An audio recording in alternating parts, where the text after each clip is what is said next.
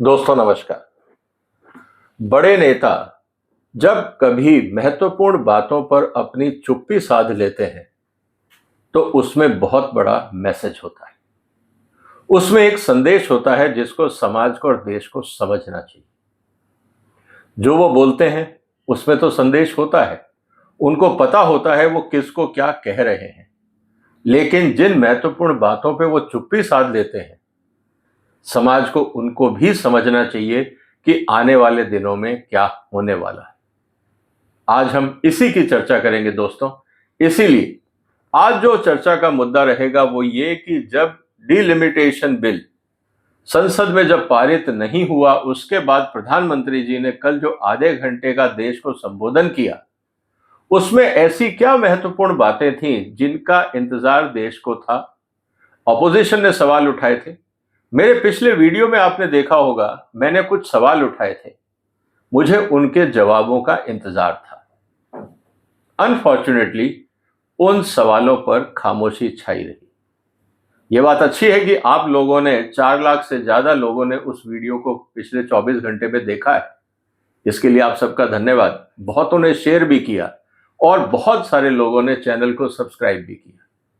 आपसे निवेदन है, इस वीडियो को भी आप पूरा देखेंगे, शेयर करेंगे, चैनल को सब्सक्राइब करेंगे और इस महत्वपूर्ण चर्चा में अपनी भागीदारी जरूर दिखाएंगे। 2000 से ज्यादा लोगों ने कमेंट भी किए हैं और ये एक सुखद समाचार है। दोस्तों, आज जो चर्चा का विषय है वो यही रहेगा कि मोदी जी ने भाषण में जो नहीं कहा वो आपको चौंकाएगा, और वो क्या मुद्दे थे उसकी मैं चर्चा आपके साथ आज करने वाला हूं। जैसा मैंने पहले कहा कि लीडर जब नहीं बोलते हैं उसका भी मतलब होता है। What Modi did not say may shape India's political future more than what he did. इस बात को समझिए। मोदी जी जब भी बोलेंगे ना, फालतू नहीं बोलते, और अगर वो किसी बात पे चुप्पी भी साध रहे होते हैं उसकी रणनीति उनके दिमाग में चल रही होती है। तो आप ये मत समझिए कि जिन बातों का उन्होंने जिक्र नहीं किया उस पर कार्रवाई नहीं होगी या उसके पीछे उनकी सोच नहीं होगी। इसीलिए इस वीडियो को पूरा देखिएगा, क्योंकि बहुत बार ऐसा होता है कि जो हम बोल देते हैं वो तो आम आदमी समझ लेते हैं, लेकिन जो बातें नहीं बोली जाती मीडिया उनको पिकअप नहीं करता, उसकी साउंड बाइट नहीं मिलती, उसके फुटेजेस नहीं होते, इसलिए वो चर्चा का विषय नहीं बन पाता। आज हम उन्हीं मुद्दों को चर्चा का विषय बनाएंगे जिनको खामोशी से किनारे रख दिया गया है थोड़ी देर के लिए। अब सवाल इस बात का है कि जो 18 अप्रैल को जो पार्लियामेंट्री डिफीट के बाद मोदी जी ने जो भाषण दिया वो कुल मिला के एक रियल स्टोरी थी, और उसकी जो खास बात थी वो उसकी खामोशी में थी। और वो खामोशी इसलिए इंपॉर्टेंट थी, आप इस बात का ध्यान रखिए कि मुद्दा कहाँ का था। मुद्दा था साउथ इंडिया के रिप्रेजेंटेशन का। मोदी जी कहाँ थे? साउथ इंडिया में चुनावी रैलीज को एड्रेस करने गए थे। भाषण उन्होंने कहां से दिया? साउथ इंडिया से। तो वहां पे रह के कोई ऐसी कंट्रोवर्शियल स्टेटमेंट देना मुझे लगता है राजनीतिक रूप से घातक हो सकता था। एक कारण तो यह है कि उन्होंने बहुत सारी बातें हैं जो खामोशी से कहने का प्रयास किया, लेकिन हम आज उसको उठा के सामने लाएंगे। सबसे इंपॉर्टेंट बात यह है दोस्तों कि अभी तक मोदी साहब की जो ये डिफीट हुई है, ये 12 साल के उनके कार्यकाल में एज ए प्रधानमंत्री उनकी ये पहली बड़ी डिफीट है। उन्होंने एक संसद में बिल पेश किया और इस उम्मीद से कि उनको साथ मिलेगा, वो जो चाह रहे थे, जो उनकी रणनीति थी, उसमें वो कामयाब होंगे। अनफॉर्चुनेटली ऐसा नहीं हुआ। तो पहली बात तो हमें ये समझनी पड़ेगी कि ये मोदी साहब की पहली सबसे बड़ी डिफीट थी जब से वो प्राइम मिनिस्टर बने। अब इंपॉर्टेंट चीज क्या थी? इंपॉर्टेंट चीज ये थी कि विमेन रिजर्वेशन बिल और डीलिमिटेशन को लिंक कर दिया गया। अब जब लिंक कर दिया गया तो जो समर्थन मिलना चाहिए था 2/3 वो नहीं मिला। ऐसा रेयर होता है, क्योंकि जब भी आप इस तरह का कोई निर्णय करते हैं कि हमें संशोधन करना है संविधान में, तो उसके पीछे रणनीति बनती है। आप ऑपोजिशन से बात करते हैं, फ्लोर कोऑर्डिनेशन होता है, पूरी तरह से रणनीति तैयार होने के बाद ही ये कदम उठाया जाता है। इस बार शायद कहीं ना कुछ चूक हो गई मोदी सरकार से। लेकिन स्पीच में उन्होंने क्या कहा? उन्होंने ये नहीं कहा कि हमारा जो प्रपोजल था या बिल जो था वो डिफीट हो गया। उन्होंने कहा मैं महिलाओं से क्षमा मांगता हूं। आपने देखा होगा कि मैंने बहुत प्रयास किया, अगर आपने स्पीच नहीं देखी है तो पूरा देखें। ब्लेम द ऑपोजिशन, कि हमने तो बहुत प्रयास किया महिलाओं के लिए लेकिन अपोजिशन ने साथ नहीं दिया। We lost numbers but not the public support and promise for stronger return, emotions, morality and future resolve. जो मैंने कल के वीडियो में भी कहा था कि मोदी जी इस बात को महिलाओं तक पहुंचाने का पूरा प्रयास करेंगे कि आप हमें और वोट दीजिए ताकि हम अगली बार महिला आरक्षण बिल पास करवा दें। ये उनका एक प्लान था जो हुआ। अब सवाल इस बात का है कि इस पूरे प्रोसेस के अंदर हुआ क्या था। जैसा आपको पता ही है कि करीब 2/3 वोट चाहिए, 298 वोट्स होने चाहिए, लेकिन मिले उनको कम। और हुआ ये कि फर्स्ट मेजर डिफीट रही 12 साल में, और महिलाओं को जो 33% देना चाहिए था वो इसलिए नहीं हो पाया क्योंकि उसको लिंक कर दिया गया डिलिमिटेशन से। और ये इंपॉर्टेंट डेवलपमेंट है। अब सवाल इस बात का है कि सिर्फ पॉलिसी इशू नहीं है, इस समय मुद्दा आता है पॉलिटिकल क्रेडिबिलिटी का। क्या मोदी जी ने जो लिंक करके जनता को अपने साथ जोड़ने का प्रयास किया, अपोजिशन ने उसमें साथ नहीं दिया? इसका मतलब यह है कि अपोजिशन इस बात को जनता के बीच में कन्वे कर पाएगा कि दो अलग अलग मुद्दों पे मोदी साहब जोड़ के एक रास्ता निकालना चाह रहे थे जिससे नॉर्थ इंडियन पॉलिटिक्स हावी हो जाए। और यह मैसेज बहुत सीरियस होगा आने वाले दिनों में। इसके अलावा जो सबसे इंपॉर्टेंट बात आई दोस्तों वो ये कि कुल मिला के, जैसा मैंने आपसे कहा कि वोट मिलने चाहिए थे 362, मिले 298। ये अगर नहीं है तो काम नहीं हो सकता। अब जो फील हुआ बिल, इसको भी अगर हम थोड़ा सा देखें, जिसके बारे में मोदी साहब ने कहा है कोर इश्यूज था रिजर्वेशन, अपोजिशन का फियर था डिलिमिटेशन को अगर उसके साथ जोड़ के मान लेते तो साउथ इंडिया हमेशा पीछे रह जाता। और एग्जाम्पल उन्होंने साफ साफ कहा यूपी और तमिलनाडु का। और मोदी जी ने स्पीच में क्या कहा? मोदी जी ने स्पीच में यह कहा emotional card, apology to women, dreams crushed. मैं चाहता था भारतीय महिलाओं को उनका हक मिले, लेकिन अपोजिशन ने मेरा साथ नहीं दिया। ये एक इंपॉर्टेंट मुद्दा है, लेकिन इसको हम डिटेल में देखेंगे। Blame game, opposition is anti women, anti reform, ये उन्होंने कहा। मैंने अपने असेसमेंट में भी ये कहा था कि बिल गिरने के बाद मोदी जी अब इस पूरे नैरेटिव को कैसे बनाएंगे। एग्जैक्टली वही पॉइंट मोदी जी ने अपनी स्पीच में कहे। And moral position, we lost the numbers but not the public support. अब सबसे इंपॉर्टेंट बात क्या थी जिसको हमें समझना होगा?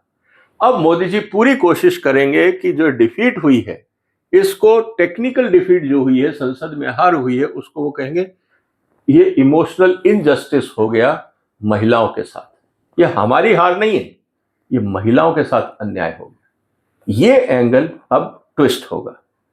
क्यों जरूरी है? क्योंकि एक बात तो समझ में आ गई कि अगर चुनाव जीतने हैं तो महिलाओं का योगदान जरूरी है। कहीं पे आपने 1000 रुपए दिए, कहीं 2000 दिए, कहीं 10,000 दिए महिलाओं को लुभाने के लिए, और उसका फायदा बीजेपी को मिला। लेकिन अब यह फॉर्मूला तो हर पॉलिटिकल पार्टी को पता लग गया। तो हर पॉलिटिकल पार्टी अपने मैनिफेस्टो में लिख देगी महिलाओं को 5,000 देंगे, 10,000 देंगे, क्योंकि किसी नेता की जेब से तो कुछ जाता नहीं, तो लिखने में क्या जाता है। अब मोदी जी को एक नया रास्ता चाहिए था महिलाओं को अपनी तरफ आकर्षित करने का, और वो है इंपॉर्टेंट एस्पेक्ट, क्योंकि 48% जो इलेक्टोरेट है वो महिलाएं हैं। और सबसे इंपॉर्टेंट बात, रिफॉर्म्स वर्सेस ब्लॉकर, ये करके वो एक मैसेज देना चाहते हैं कि अगर आपने ऑपोजिशन को वोट दिया तो देश में सुधार नहीं होगा। आपको बीजेपी और मोदी सरकार को लगातार समर्थन देना चाहिए अगर आप रिफॉर्म्स चाहते हैं। ये एक इंपॉर्टेंट मैसेज है। और दूसरा, बहुत सारे ऐसे राज्य हैं जहां महिलाएं ज्यादा वोट करती हैं, पुरुष कम करते हैं, और ये मैसेज भी क्लियर है। So this speech was not for parliament but 40 crore women voters. ये बात आप समझ लीजिए। तो इस समय जो उन्होंने स्पीच दी तमिलनाडु से, वो महिला वोटर्स के लिए थी, क्योंकि बंगाल में, तमिलनाडु में जो राज्यों में चुनाव हो रहे हैं वहां पे महिला वोटर्स को अपनी तरफ आकर्षित करना बहुत इंपॉर्टेंट था। लेकिन जिन महत्वपूर्ण मुद्दों पे मोदी जी ने खामोशी बनाई और अपनी स्पीच में उसका जिक्र भी नहीं किया, अब हम उसकी चर्चा कर लें। पहला, ये उन्होंने नहीं बताया कि डिलिमिटेशन और रिजर्वेशन को लिंक करने की क्या जरूरत थी एक ही बिल में। इसका जवाब उन्होंने नहीं दिया, जबकि विमेन रिजर्वेशन बिल पहले अलग था और डिलिमिटेशन एक अलग मुद्दा है, और इसमें कहीं पे भी इस तरह का प्रावधान संविधान में भी नहीं है कि आप विमेन रिजर्वेशन और डिलिमिटेशन को लिंक करके घोषणा करेंगे। ऐसा कहीं नहीं है। ये जो मिक्सिंग का काम किया गया ये मोदी सरकार ने किया, लेकिन उन्होंने ये नहीं बताया कि ऐसा क्यों किया गया। इस सवाल का जवाब अभी तक बीजेपी की तरफ से नहीं आया है, और सबसे बड़ा कारण ऑपोजिशन के रेजिस्टेंस का यही था। तो कुल मिला के स्थिति क्या हो गया कि साइलेंस जो था, अगर हम ये कहें कि मोदी जी ने जो खामोशी बनाई थी ये स्ट्रेटेजिक थी। उनको भी पता है कि ये सबसे बड़ा सवाल है जिसका जवाब आसान नहीं होगा। आप सिर्फ एक ही जस्टिफिकेशन दे सकते हैं कि जो एमपीज अभी बैठे हैं कुर्सियों पे, वो कुर्सियां खाली नहीं करना चाहते, इसलिए जब तक नई सीटें नहीं मिलेंगी तब तक हम रिजर्वेशन नहीं दे सकते। तो इसका मतलब यह है कि आप महिलाओं को उनका हक नहीं दे रहे हैं। इस बात को भी समझना होगा, क्योंकि जो सीटों पे अभी एमपीज बैठे हैं उनको हटाने की बात नहीं है। हम 2029 के चुनाव की बात कर रहे हैं, और अगर सीटें रोटेशन पे रख दी जाती हैं कि हर बार 33%, मतलब हर तीसरे चुनाव में वो सीट वापस महिला के लिए रिजर्व होगी, अगर ऐसा कर दिया जाता है तो क्या बुरा है इसमें। और जो लोग इस समय सत्ता में काबिज हैं, जो परिवार अभी भी सत्ताओं में काबिज हैं अलग अलग एमपी की सीट पे, वो अपने इस परिवार की महिलाओं को खड़ा करें, मुझे तो नहीं लगता इसमें किसी को ऐतराज होगा। इसके अलावा साउथ में थे, लेकिन साउथ के जो कंसर्न्स थे कि अगर आप सीटें बढ़ाते हैं, नॉर्थ की सीटें और बढ़ जाती हैं, साउथ की प्रोपोर्शनेटली कम हो जाती हैं। अब लोग कह रहे हैं हम परसेंटेज वाइज बढ़ाएंगे।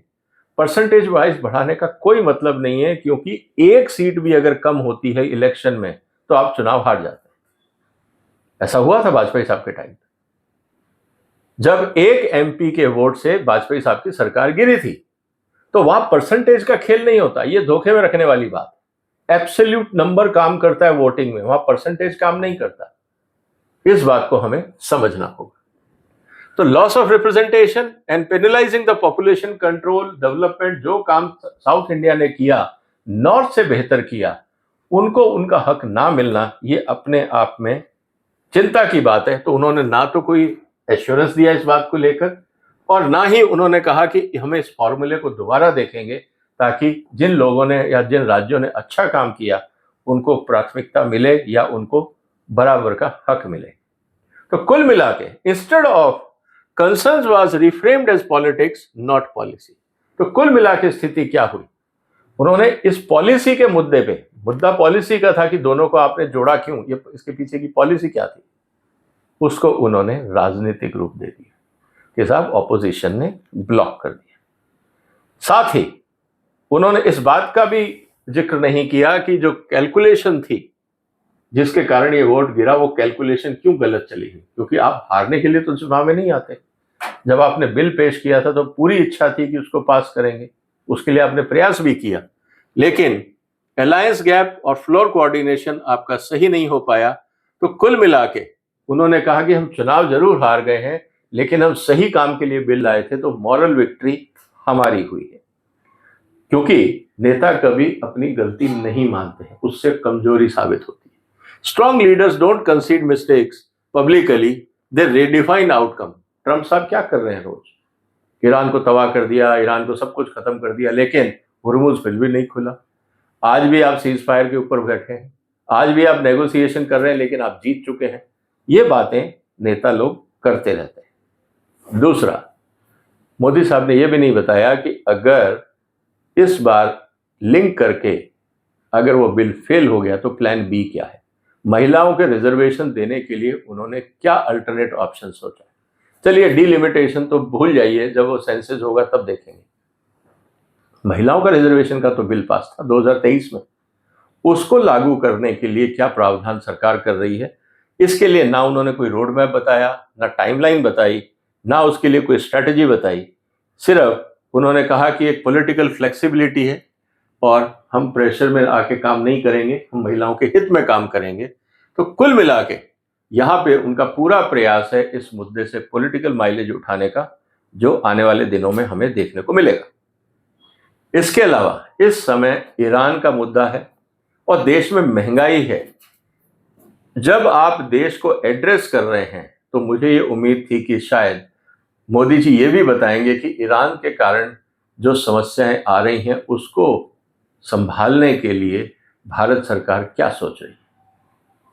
हम तो कह रहे हैं कि अल्टरनेट सोर्सेज हम क्रूड ले आएंगे, अच्छी बात है, लेकिन जो ओवरऑल महंगाई बढ़ रही है, फर्टिलाइजर की प्रॉब्लम्स हैं, बाकी प्रॉब्लम्स हैं, एक्सपोर्ट कम हो रहे हैं, ट्रेड डेफिसिट बढ़ रहा है, इन सब के लिए क्या रोड मैप है, इस पे भी कोई बात नहीं थी, क्योंकि इससे महंगाई, रोजगार और बाकी जो इश्यूज थे, जीडीपी ग्रोथ वगैरह, ये भी इंपॉर्टेंट इशू हैं।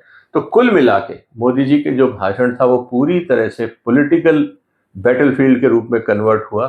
ना उन्होंने पॉलिसी की बात करी, ना उन्होंने इकोनॉमिक इश्यूज की बात करी। ये बात भी हमें समझनी चाहिए। इसका मतलब ये है कि ये पूरी तरह से जो स्टेटमेंट था एक बहुत केयरफुली क्राफ्टेड कंट्रोल्ड नैरेटिव था। जितना वो बताना चाह रहे थे बस उन्होंने उतनी बात कही, देश के मुद्दों की बात नहीं करी, सिर्फ उन्होंने अपने वोटर्स को एड्रेस किया, खासकर महिला वोटर्स को लेकर, और उसको फ्रेम किया गया, जैसा हम बार बार कह रहे हैं, महिलाओं को उनके हकों के रोकने के लिए अपोजिशन ने काम किया और हम रिफॉर्म्स चाहते थे और पॉलिटिकल लोगों ने उसको आगे नहीं आने दिया। तो कुल मिला के मुद्दा था महिलाओं पे कैसे फोकस रखें, महिलाओं को कैसे आकर्षित करें, क्योंकि कुल मिला के अगर हम यहाँ पे देखते हैं तो जब साइलेंस होता है ना महत्वपूर्ण मुद्दों पे, तब भी आपको ये मैसेज समझ में आता है कि कहीं ना कहीं सरकार इस समय प्रेशर में है। इकोनॉमिक कंडीशंस को लेकर ईरान के कारण स्थितियां गंभीर हैं, इसमें कोई दो राय नहीं है। उस पर नहीं बोल के भी मोदी साहब ने एक बात ये कह दी कि इस समय स्थितियां काफी कॉम्प्लिकेटेड है, हमारे पास हर चीज का जवाब नहीं है। और दूसरा कि जो मैंने बार बार कहा कि डीलिमिटेशन और रिजर्वेशन को लिंक करके बिल पेश करने की क्या सोच थी। क्या बैकडोर से वो नॉर्थ इंडिया का जो वोट बैंक था उसको अपने कंसोलिडेशन में रखना चाहते थे और पूरा जो बाकी देश था उसको आप हाशिए पे रखना चाहते थे। ये मुद्दा भी आने वाले समय में बहुत क्लियर निकल के आएगा। लेकिन अब सवाल क्या है? सवाल ये है कि मोदी जी के लिए अब आने वाले दिनों में ये सवाल घटेंगे नहीं। सोशल मीडिया पे तो चर्चा हो गई, हम लोग भी इस बात की चर्चा कर रहे हैं। बार बार ये सवाल पूछा जाएगा कि आप नॉर्थ और साउथ के बीच में जो वोट है उसको आप कैसे बैलेंस करेंगे। जिन राज्यों ने अपने यहाँ पे पॉपुलेशन कंट्रोल किया, आप उनको पनिश क्यों करना चाह रहे हैं? इन सवालों के जवाब मुश्किल होंगे। लेकिन अब होगा क्या? शायद हो सकता है चुनाव के बाद रणनीति बनाई जाए 2029 से पहले कि चलिए हम 33% महिलाओं को दे देते हैं, क्योंकि उसका चुनाव में फायदा हो सकता है। डिलिमिटेशन से उस बिल को हटा दिया जाए और पूरा फोकस 2029 में कर दिया जाए। तो इसीलिए दोस्तों इस बात को समझिए कि ये मुद्दा अभी खत्म नहीं हुआ है। महिला आरक्षण का मुद्दा अब सेंट्रल मुद्दा बन गया। आने वाले चुनाव इसके आसपास ही घूमेंगे, क्योंकि 48% वोट बैंक है, अकेला सबसे बड़ा वोट बैंक है, वो है महिला वोट बैंक, और हर पॉलिटिकल पार्टी की नजर उस पर रहेगी। इसीलिए मैं यही कह रहा हूं कि मोदी जी जो भी नहीं कह रहे हैं, जो उन्होंने कहा वो तो आपने सुना, जो उन्होंने नहीं कहा, जिन मुद्दों पे चुप्पी साधी हुई है, उन पे नजर रखिए, क्योंकि वहां पे बहुत बड़ा मैसेज है। क्योंकि बहुत बार ऐसा होता है कि जो शब्द नहीं बोले जाते वो ज्यादा बड़ा संदेश दे जाते हैं, उनके मैसेज ज्यादा स्ट्रांग होते हैं। सो अब लड़ाई अब संसद की नहीं रही। संसद में तो हमने देख लिया क्या हुआ। अब ये लड़ाई आएगी सड़क पे वोट्स के लिए, और टारगेट होंगी अट्रैक्ट करने के लिए महिलाएं। तो दोस्तों इंपॉर्टेंट बात ये थी कि जो मोदी जी ने लेक्चर दिया वो इंपॉर्टेंट था, जिन मुद्दों पे नहीं बात करी वो ज्यादा इंपॉर्टेंट। आपको क्या लगता है, इन अनकहे सवालों के जवाब मिलेंगे? और अगर हाँ तो कब तक?